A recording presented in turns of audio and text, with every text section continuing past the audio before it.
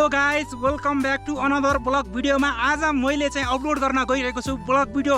किन अपलोड गरेँ त मैले ब्लग भिडियो तपाईहरुलाई म त्यो पनि बताउँछु, किनभने साथीहरु हेर्नुस् मेरो पछाडि यति धेरै राम्रो ठाउँ छ कि यो ठाउँ हेरिसकेपछि मलाई पनि लाग्यो एकचोटि मैले ब्लग त बनाउनै पर्छ र ब्लग भिडियो मैले अपलोड गर्नै पर्छ, त्यसैले मैले अपलोड गरेँ। सो तपाईहरु राम्रो लाग्यो भने लाइक गर्न नबिर्सिनु होला। सो फाइनली देख्न सक्नुहुन्छ साथीहरु सीन लुक क्याट, मलाई त सानो देख्नुस्, हेर्नुस् सधैँ म हेरिरहेको सीन हेर्न सक्नुहुन्छ साथीहरु। यति धेरै राम्रो छ कि साथीहरु यतातर्फ हेर्न सक्नुहुन्छ, एकदमै राम्रो सीन चाहिँ मैले तपाईहरुलाई देखाइरहेको छु। एकदमै राम्रो खालको भ्यू रहेको छ र अहिले यो चौर भनेको हराभरा भइसकेको छ। यो चौर भनेको विशेष गरी चौरी चर्ने चौर हो, तपाईहरुले देख्न सक्नुहुन्छ। एकदमै राम्रो छ र तपाईहरुले देख्न सक्नुहुन्छ हराभरा एकदमै स्वार्थपूर्ण वातावरणमा तपाईहरुले यस्तो खालको चाहिँ भ्यू देखिरहनु भएको छ।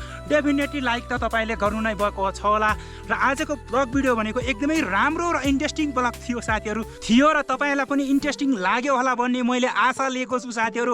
टेक्निकल छिरिङ युट्युब च्यानलमा पहिला नै गोप्रो सम्बन्धी अनबक्सिङ भिडियो पहिला नै आइसकेको छ। तपाईहरुले यदि हेर्नु भएको छैन भने अनबक्सिङ भिडियो हेर्न सक्नुहुन्छ। यो चाहिँ रहेको छ गोप्रोको हाइपर स्मुथको जुन चाहिँ तपाईहरुले शटहरु देखिरहनु भएको छ। एकदमै राम्रोसँग चाहिँ यहाँनिर अलिकति कुहिरो लागिरहेको छ, त्यही कारणले गर्दाखेरि मैले तपाईहरुलाई यतातर्फ पनि देखाउन चाहे। एकदमै राम्रो सीन रहेको छ साथीहरु। तपाईहरु पनि यो ठाउँमा आउन चाहनुहुन्छ भने लोकेसन मैले डिस्क्रिप्सन बक्समा राखिदिन्छु, त्यहाँबाट तपाईहरु आउन सक्नुहुन्छ। सम्भवतः डिस्क्रिप्सन बक्समा सम्भव भएन भने मैले चाहिँ लोकेसन भनेको चाहिँ कहाँ राखिदिन्छु भने पिन कमेन्टमा पनि राखिदिन सक्छु साथीहरु। यहाँनिर नेट भनेको अलिकति नचल्दो रहेछ, एनसेलमा चाहिँ चल्न सक्ने सम्भावना छ र मैले विदाउट माइक बोलिरहेको छु।